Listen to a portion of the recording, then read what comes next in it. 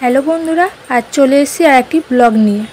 আজ বিপত্তারিণী পুজো, তাই সকাল সকাল স্নান টান করে রেডি হয়ে নিলাম, কারণ মন্দিরে যাব পুজো দিতে।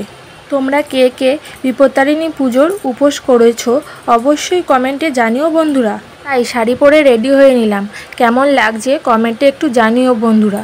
আর এই ব্লগটি শেষ পর্যন্ত দেখো, কেমন লাগলো দেখে কমেন্ট করো। সকাল সকাল পুজোটা দেব বলে তাড়াতাড়ি করে রেডিও হয়ে নিলাম। আর এদিকে মাও উপোস করেছিল, আমি আর মা একসাথে উপোস করি। মা এদিকে সব গুছিয়ে নিয়েছিল, ঠাকুরের ফুল, মালা, মিষ্টি। যারা যারা এই উপোস করো তারা হয়তো সকলেই জানো 13 রকম ফল, 13 রকম ফুল আর লাল ধাগা লাগে।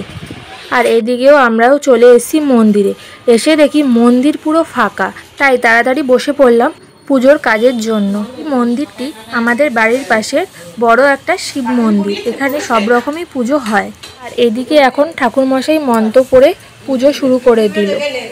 ঠাকুরমশাই খুব সুন্দর করে মন্ত্র পড়ে পুজোটা কমপ্লিট করলো। আর এদিকে এখন পুজো সম্পূর্ণ হলো। আর আমি একটু ভিডিও করে নিলাম ঘুরে ঘুরে। পুজো শেষের পর ঠাকুরমশাই লাল ধাগা সবার হাতে বেঁধে দিচ্ছিল। বছরে এই লাল ধাগাটা বাঁধতে কার কার ভালো লাগে অবশ্যই কমেন্টে জানিও। এরপর আমরা চলে এসেছি বাড়িতে। আর দুপুরবেলা মা মেখে ফেলেছিল সাবু মাখা, তাই সাবু মাখা নিয়ে বসে পড়লাম। আর সাবু মাখা খেতে আমার খুবই ভালো লাগে বন্ধুরা, কার কার ভালো লাগে অবশ্যই জানিও। আর যারা এই উপোসটা করো সবাই জানো 13টা লুচি খেতে হয়, তাই এখন মা ময়দা নিয়ে ময়দা মাখতে বসে পড়েছে। আর এদিকে ছোলার ডাল হবে, তাই ছোলার ডালের জন্য মশলা কড়াইতে কষাতে দিয়ে দিয়েছে। আর এদিকে ডালটাও কড়াইতে দিয়ে দিল। ছোলার ডাল আর লুচি আজকের দিনে কার কার বাড়িতে হয় জানাবে কিন্তু।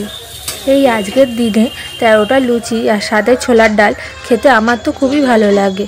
আর এদিকে ডালে জল দিয়েও দিয়েছে, এখন ডাল ফুটতেও শুরু করে দিয়েছে, এখন ফোটানো হয়েও গেল।